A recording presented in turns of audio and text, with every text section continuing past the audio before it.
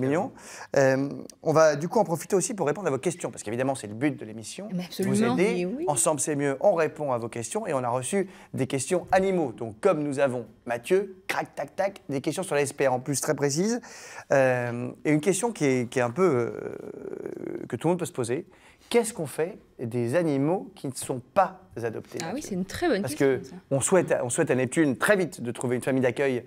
J'espère que peut-être que l'émission aidera. N'hésitez pas à répondre d'ailleurs sur le Facebook de l'émission ou alors à nous envoyer un mail sur ensemblenormandie@francetv.fr.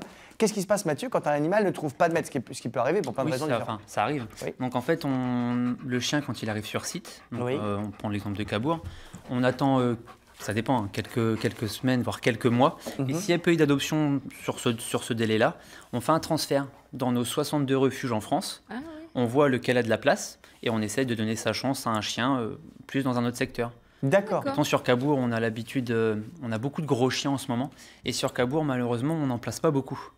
Parce donc, que les gens préfèrent les chiens plus petits gabarits, voilà. Alors que dans le sud, par exemple. Voilà, dans le sud ou même dans tout ce qui est nord, etc., nord-est, ça part beaucoup les gros chiens. Donc on fait des transferts dans nos différents sites SPA. Un transfert, ils font comment? Ils ont une petite caravane? Soit on a des transféristes, direct un camion, carrément. C'est le camion? Un camion, voilà, avec tout ce qui est varé, etc. à l'intérieur. Et donc ils partent dans l'autre refuge, on prévoit ça.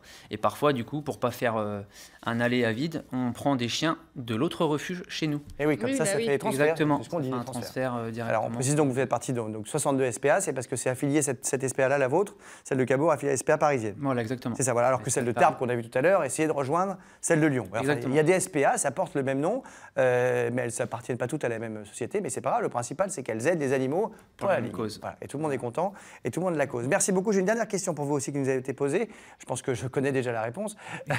Est-ce que les chiens sortent de leur cage quand ils sont à la SPA? Bien sûr. Oui. Évidemment. Heureusement. Quand même. On a des bénévoles qui viennent quotidiennement au refuge, qui font les balades. Après, si jamais on n'a pas beaucoup de bénévoles sur un jour, ce qui arrive de temps en temps quand même, on a des parcs au refuge de Cabourg qui font plusieurs centaines de mets carrés.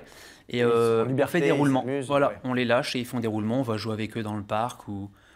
Voilà. Génial. Ils sont sortis de leur box chaque jour. Neptune? J'ai déjà un chien, merci. Ah, vous avez un chien? Oui. Comment s'appelle-t-il? Il s'appelle Calvin. Calvin? Oui, tout à fait. C'est mignon, Calvin. Et c'est un gros chien aussi. Ah, il a besoin de s'ébattre. Parce que ça, c'est quoi comme race? On ne sait pas trop. Alors, Neptune, c'est du croisé berger. Du croisé berger. Voilà, après, il y a des tas de races de bergers. Il y a du tervuren, il y a du malinois, il y a du... Vous pouvez le lâcher, mais là... lâchez-le, hein. Viens Neptune, viens voir papa. Oui, mon chien. Oh, il est trop mignon. Petit chien. Franchement, il est très très mignon.